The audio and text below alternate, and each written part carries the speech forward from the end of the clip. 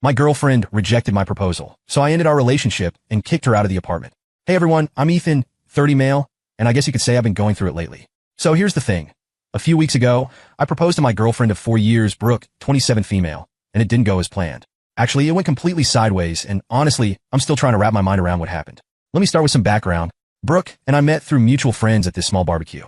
We hit it off right away, same sense of humor, similar life goals, and she was just easy to talk to. Over the years, we built this life together. We talked about everything: marriage, kids, our dream house. Brooke would get excited about wedding stuff even when we weren't actively planning anything. She'd send me links to engagement rings she liked or point out wedding venues when we drove by. It wasn't constant or over the top, but it was clear she wanted that life with me, or so I thought. Fast forward to this year, our 4th anniversary. I figured, okay, it's time to make it official. I started planning the proposal months in advance because I wanted it to be special, not just for her, but for both of us. I'm not great at this romantic stuff, so I got help from my buddies Kevin and James. They've been my best friends since college, and they were hyped about the whole thing.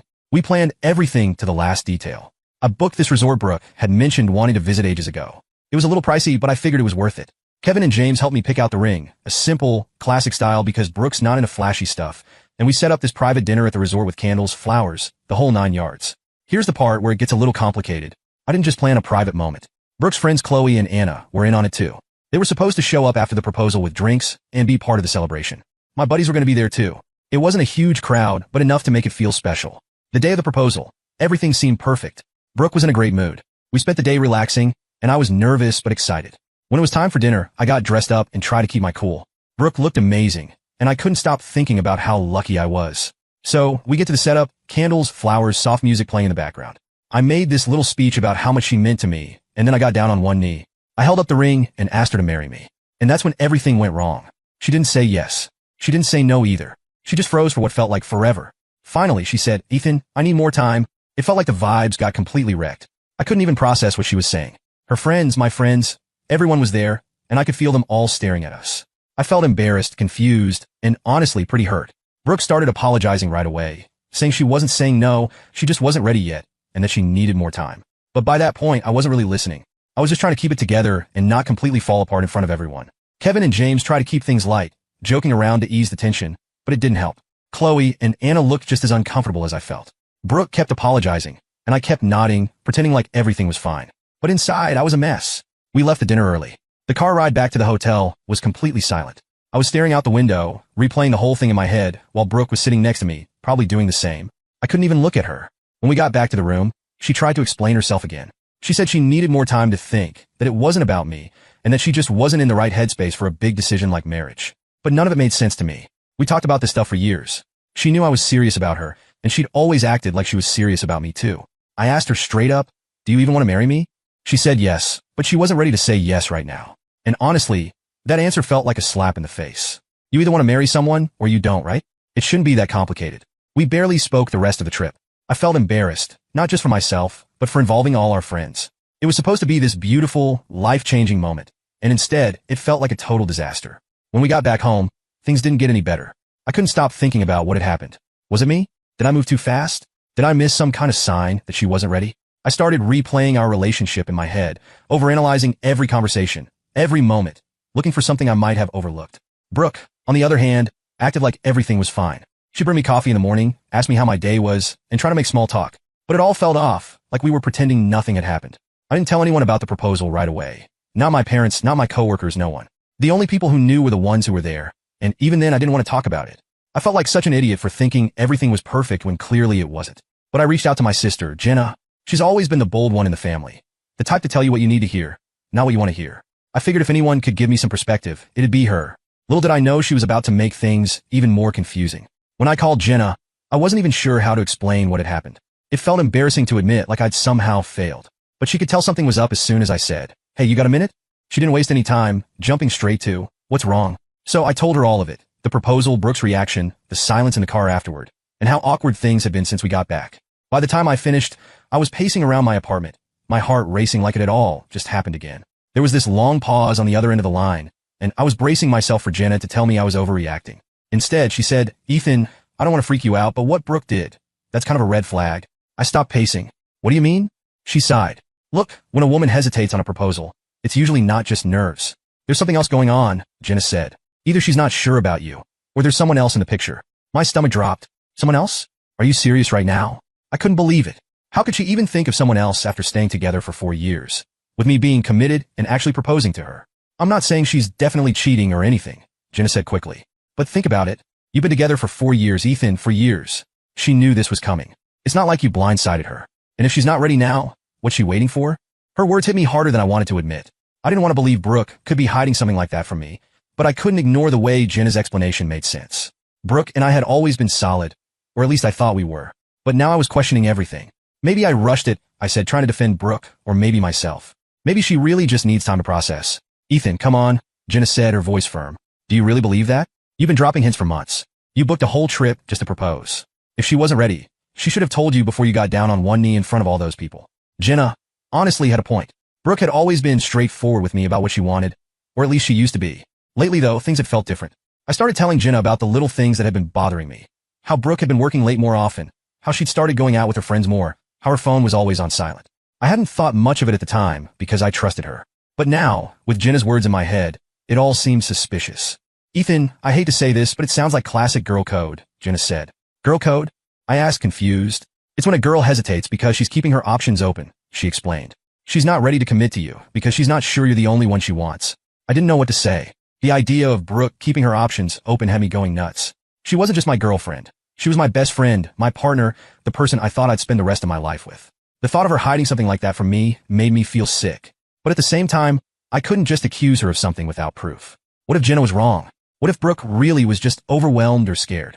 I don't know, Jenna, I said finally. It feels wrong to jump to conclusions. I mean, she's never given me a reason not to trust her. Has she though? Jenna asked. Think about it. Has she been acting differently lately? I thought back to the past few months, the late nights, the weekends away, the guarded phone. It all seems so obvious now, but at the time, I'd brushed it off. I trusted Brooke. I truly loved her. I didn't want to believe she was capable of hurting me like that. Maybe, I admit it, but what am I supposed to do? Go through her phone? Spy on her? I feel like that would be so stupid. No, Jenna said firmly. That's not who you are, and it's not who you want to be. But you need to pay attention, Ethan. If there's something going on, she'll slip up eventually. I didn't want to hear it. I wanted Jenna to tell me I was overthinking everything, that Brooke just needed time and everything would be fine. But deep down, I knew she was right. Something was off, and I couldn't ignore it anymore. After we hung up, I sat on the couch, staring at the ring I'd planned to give Brooke. It was still in its little velvet box, untouched since that night at the resort. I couldn't believe I actually thought everything was all good when it clearly wasn't. What made it worse was how Brooke started watching me, like she was trying to read my mood or figure out what I was thinking. Whenever we were in the same room, I could feel her eyes on me. Sometimes she'd ask if I was okay, but it wasn't in a casual way. It felt loaded, like she was fishing for reassurance. At first, I didn't respond much. I was too frustrated and confused to talk about it. But the more she kept trying to gauge how I felt, the angrier I got. It wasn't just that she was asking, it was the way she did it. Like she already knew she'd hurt me and was looking for a way to make herself feel better about it. She dropped these small, almost apologetic comments like, "You've been quiet lately," or "I feel like we haven't talked much." Once, she even said, "I hate that things feel weird between us." I didn't know how to respond to that. Things didn't feel weird, they were weird. And the fact that she kept tiptoeing around it instead of addressing it directly made me feel worse. It was like she wanted me to fix something she'd broken. The next few days were brutal. Brooke acted like nothing had happened, like we were fine, but I couldn't stop analyzing every little thing she said or did. When she went out with her friends, I wondered if she was really with them. When she came home late from work, I wondered if she'd really been at the office. I hated myself for thinking that way. Brooke had always been so good to me, so supportive and loving. But now, every time I looked at her, I saw doubt. The worst part was not knowing if Jenna was right, not knowing if Brooke was hiding something, not knowing if I'd ever be able to trust her again. I felt stuck, like I was living in this limbo where nothing made sense anymore. I loved Brooke, but I couldn't shake the feeling that something was wrong besides that shitty incident. And the longer it went on, the more it ate away at me. Tell me guys, what would you do if you were in my shoes? Update 1. Thank you all for your comments. I didn't expect this to blow up. Here's what happened lately. I didn't know that things were only going to get more complicated. Since my last post, a few days after my conversation with Jenna, I couldn't stop thinking about what she said. Girl code sounded like some kind of made-up thing, but Jenna wasn't the type to throw around baseless ideas. And the way she explained it is stuck in my head like glue. I found myself overanalyzing everything Brooke had done over the last few months. I wasn't proud of it, but I couldn't turn it off. Brooke, on the other hand, acted like nothing had changed. She was still polite, still affectionate in that casual way we'd always been with each other. But there was this invisible wall between us now. We didn't talk about the proposal or the trip, and I wasn't about to bring it up. Instead, I started noticing more. She was glued to her phone more than usual, and whenever I'd casually glance her way, she'd lock the screen or flip it face down. It didn't feel right. I I started paying attention to the way she'd hesitate before answering certain questions, how she'd keep her explanations short, almost rushed, when I asked how her day was. But even then, I couldn't be sure. I kept telling myself there were other explanations. Maybe she was embarrassed about the proposal. Maybe she was overwhelmed and didn't know how to deal with it. Maybe I was just being paranoid because of what Jenna had planted in my head. Then Jenna flipped the switch. She texted me. I was at work, pretending to focus on emails, but really just staring at my screen, replaying the last few weeks in my head. The notification popped up. We need to talk about Brooke. I heard something. My stomach sank. Jenna wasn't one for drama or vague messages, so I knew this wasn't going to be good. I stepped out of the office and called her right away. She didn't waste time. I was talking to one of my friends, and Brooke's name came up. Apparently, she's been spending a lot of time with some guy from work. Like a lot. I didn't say anything at first. My mind was racing, trying to connect dots that hadn't even been there 5 seconds ago. What does that mean? I finally asked. Jenna explained that her friend, who worked in a different department at Brooke's company, had mentioned seeing Brooke out at lunch with this guy more than a few times. Nothing suspicious on the surface, but Jenna's friend thought it was odd because apparently they looked close. I didn't know what to do with that information. Lunch with a coworker didn't mean anything, right? People go to lunch with coworkers all the time. But Jenna's friend wasn't just some random person. She was reliable, honest. I couldn't shake the feeling that this wasn't just a coincidence. That night, I tried to act normal around Brooke, but it felt impossible. Every time her phone buzzed, every time she mentioned work, I found myself wondering if she was talking to him, whoever he was. She mentioned a late meeting the next day, and instead of just nodding like I usually did, I felt this knot in my stomach. After Brooke went to bed, I stayed up, thinking about everything Jenna had told me. If I confronted Brooke, what was I even going to say? Hey, I heard from my sister's friend that you've been hanging out with some guy from work. Is there something you want to tell me? It sounded ridiculous, like I was grasping at straws. But at the same time, I couldn't ignore it. The next day, I decided to call Jenna again. I needed more context, more details, something concrete to go on. When I asked, she hesitated at first, like she didn't want to make things worse. But eventually, she admitted that her friend had seen Brooke and the guy at a coffee shop after work once. And it wasn't just any coffee shop. It was one Brooke and I used to go to all the time when we first started dating. That hit me harder than I expected.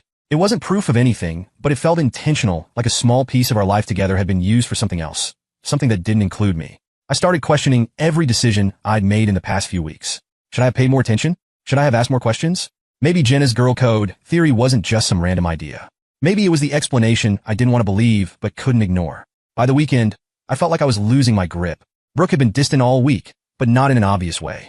She still smiled at me, still asked about my day, but there was this detachment like she was going through the motions. Jenna texted me again on Sunday. You need to talk to her. If she's hiding something, she's not going to admit it unless you push. But I didn't know how to push without crossing a line. I didn't want to be the guy who accuses his girlfriend of something without evidence. At the same time, I couldn't keep pretending like everything was fine. I was in a tough position, but I felt like soon I'd have to make a decision. I'll keep you guys updated. Update 2. Hey guys, first off, thank you for all the support and advice on my last post. I've spent the past few days trying to process everything, and I decided to confront Brooke like most of you suggested. But let me tell you what happened before that. After a few days since Jenna sent me that text, I'd had enough. The tension in the apartment was suffocating, and I wasn't going to keep it low. Brooke was going through her routines like we were fine, like her brushing off my proposal wasn't the giant red flag that it clearly was. I couldn't pretend anymore, couldn't just sit there like I was okay with being treated as some backup plan while she figured out her life. I'd spent weeks replaying that moment.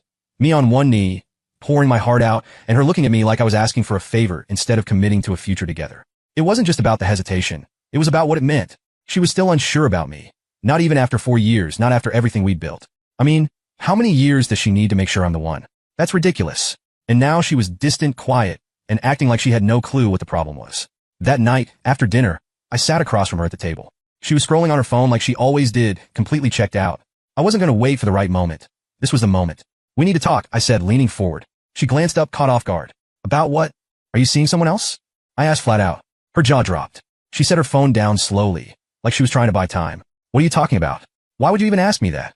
Because nothing about us feels right anymore, I said, my tone sharp. You've been distant for weeks. You shut me out after the proposal, and now it feels like you're just waiting for something better or someone better. And if that's what's happening, I need to know. Her face hardened. You really think I'd cheat on you? Maybe not outright, I said, folding my arms. But let's not act like this coworker of yours hasn't come up. Jenna told me about the coffee shop. You didn't tell me you were spending time with him. Why is that? Brooke let out a sharp breath, like she was trying to keep her composure. Because it's not a big deal, she said. We're working on a project together. That's all it is. Then why hide it? I asked, leaning forward. Why keep it a secret if it's so innocent? I wasn't hiding it, she snapped. I just didn't think you needed to know every detail of my work life. That's not the point, Brooke, I said, my voice rising. The point is, you've been acting like I'm the only one fighting for this relationship, and I'm done with it. If this guy isn't a big deal, fine. But you didn't say yes to my proposal. You asked for more time. Do you have any idea how humiliating that was? How it felt to stand there, thinking I'd planned this perfect moment, only for you to tell me you weren't ready. I wasn't ready, she said, her voice defensive. And I told you that. It's not because of someone else. It's because I needed to think. Think about what? I asked, my frustration boiling over. Because from where I'm sitting, it looks like you're thinking about whether or not you even want to be with me. And if that's the case, just say it. Don't string me along while you figure out your life. I'm not stringing you along, she said, her voice rising. I've been trying to sort through everything in my head, but you're twisting this into something it's not. Don't gaslight me, I said, my voice cold. You've been pulling away from me for weeks. And if it's not because of this guy, then what is it? Because I'm tired of the guessing games. Brooke stood up, crossing her arms. You want to know why I hesitated? She said, her tone sharp. Fine. I hesitated because marriage is a big deal, because it's permanent, and I wasn't sure I was ready to make that commitment. Not because of you, not because of anyone else, but because of me. Her words hit me, but they didn't land the way she probably thought they would. I stood up too, meeting her gaze. So what you're saying is, after 4 years, you're still not sure about me? That's not what I'm saying, she said quickly. I love you, Ethan, I do. But I wasn't ready for that moment. Well, I said, my tone sharp, and I thought we were on the same page. I wouldn't have asked you if I thought for a second that you didn't feel the same way. It took me only 6 months to be sure about you, but I gave it more time for you to feel ready. But now I'm questioning everything. I'm questioning if you even see a future with me, or if I'm just the guy you're settling for while you figure out your options. Brooke's face fell, but I wasn't about to back down. You've made me feel like I'm not enough, I continued, like I'm just here to fill a void until you decide what you really want. And I can't live like that, Brooke. I deserve better. I never meant to make you feel that way, she said quietly. But you did, I said firmly. And now I have to decide if I can even stay in this relationship knowing that I'm not your first choice. Her eyes widened slightly, and for the first time, I saw real fear in them. Ethan, you are my choice, she said, her voice trembling. I've just been confused. I cut her off. Yeah, I get it. But here's the thing. I'm not confused. I know what I want. I want someone who's sure about me. Someone who doesn't need time to decide if I'm worth committing to. And if you can't be that person, then I don't know what we're doing here. Brooke didn't respond. She just stood there, her expression a mix of guilt and frustration. The silence stretched between us, heavy and unrelenting. Finally, I stepped back. I'm going to give you some time to think, I said, but I'm not going to wait forever. If you can't give me a real answer soon, an answer that tells me you're all in, then I'm done. With that, I left the room, heading to the bedroom to clear my mind. For the first time in weeks, I felt like I'd taken control of the situation. Whether Brooke stayed or not, I wasn't going to keep feeling like a second option. Whatever was going to happen next, it was going to be on my terms. Final update. Hey guys, thought I'd give you an update since most of you are asking. What did I do? Well, honestly, I wasn't proud of how heated things got, but at the same time, I didn't regret saying what I needed to say. For weeks, hell, maybe months, I'd been bottling up all this frustration and confusion. The proposal, the hesitation, her distance afterward, and now this shadow of doubt hovering over us. I couldn't ignore it anymore, and asking her directly about the coworker had been inevitable. The thing that bothered me the most wasn't even her vague answer about him. It was her overall hesitation about us, about marriage, about everything. I wasn't asking her to marry me tomorrow. I just needed to know that we were heading in the same direction. Her saying she wasn't ready felt like she wasn't ready for me. After sitting there for a while, I decided I needed to clear my head. I didn't want to call Jenna.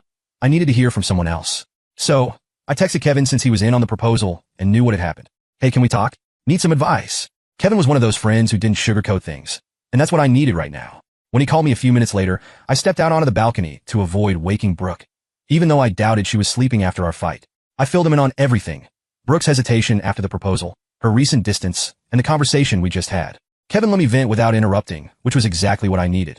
When I finally finished, he sighed. Ethan, I'm going to be honest with you. You're doing the right thing by standing up for yourself. If she's not sure about you after 4 years, that's a problem. I get that marriage is a big step, but she should at least want to take that step with you. The fact that she's hesitating, that's not something you can just ignore. I nodded, even though he couldn't see me. Yeah, I know, but it's hard. I don't want to just throw away everything we've built, you know? I get it, he said, but you also don't want to spend years with someone who's not all in. You deserve better than that. I ended the call and walked back into the living room. Brooke was still sitting on the couch, clutching a blanket like it was her shield against what was coming. Her phone was still untouched on the table, the light from the TV flickering over her face. She looked up as I walked in, her eyes darting to me nervously. For weeks, I'd been holding back, giving her space, trying to understand her hesitation. But after everything, it was clear I couldn't keep doing this. We need to talk, I said. She nodded, her hands twisting the edge of the blanket. I know, she said softly. I sat down, trying to be reasonable. Brooke, I've been patient. I've been giving you time, trying to figure out what's going on with us. But I'm at my limit. You've been distant ever since the proposal. I've tried to understand, I've tried to give you the benefit of the doubt, but it feels like you're not even trying anymore. She didn't say anything, her eyes glued to the blanket in her lap. I need to know, I continued, my voice tightening. Are you in this or not? Because I can't keep waking up every day wondering if you're just waiting for a better option to come along. It's not like that, she said quickly, looking up at me. Then what is it like, Brooke? I shot back. Because from where I'm sitting, it feels a hell of a lot like I'm being strung along while you figure out your life. And I can't do that anymore. I won't, Ethan, she said, her voice trembling. I don't know how to say this. Just say it, I said, my tone sharp. Whatever it is, just say it.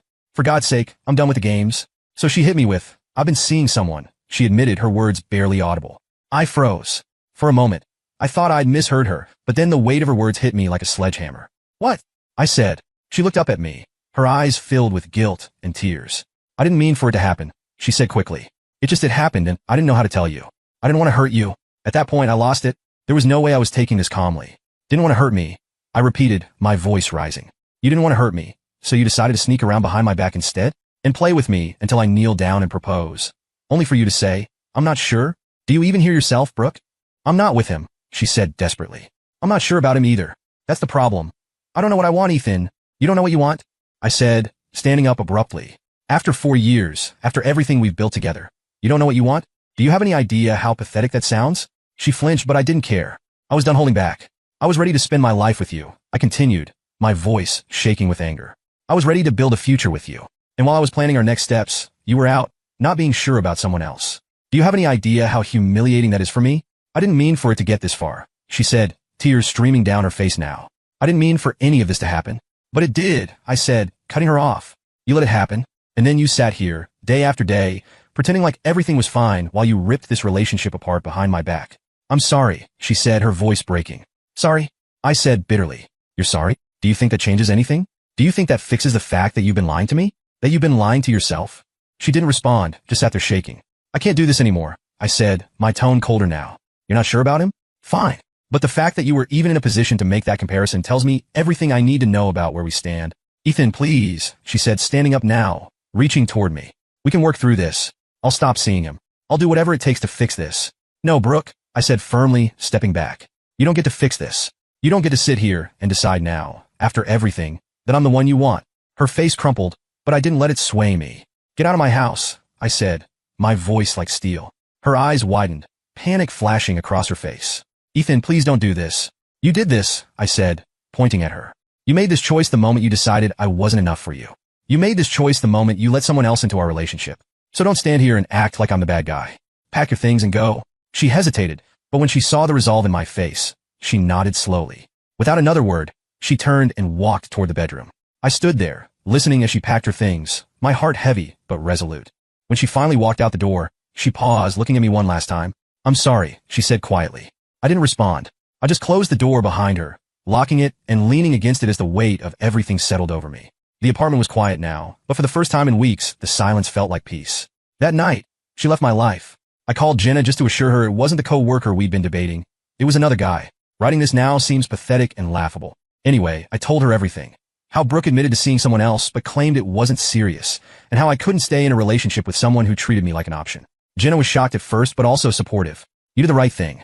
You deserve better, she said. A few days later, I got a call from Brooke's sister, Lila. She wanted to know what happened. I explained everything. Her hesitation at the proposal, her confession, and my decision to end things. To my surprise, Lila said, I'm sorry, Ethan. You didn't deserve that. Brooke's been lost lately, and I hope she figures it out. But you made the right choice. Since then, I've been focusing on myself. I sold that doomed engagement ring. It felt like holding on to a very bad memory in my life, so there was no need for it. The money's in savings now. A reminder to invest in my future instead of clinging to the past. It hasn't been easy. Some days I replay everything in my head, wondering if I could have done something differently. But deep down, I know this wasn't about me. Brooke's hesitation and choices were hers, not a reflection of my worth. I'm not ready to date again yet, but that's okay. For now, I'm taking time to heal and rebuild.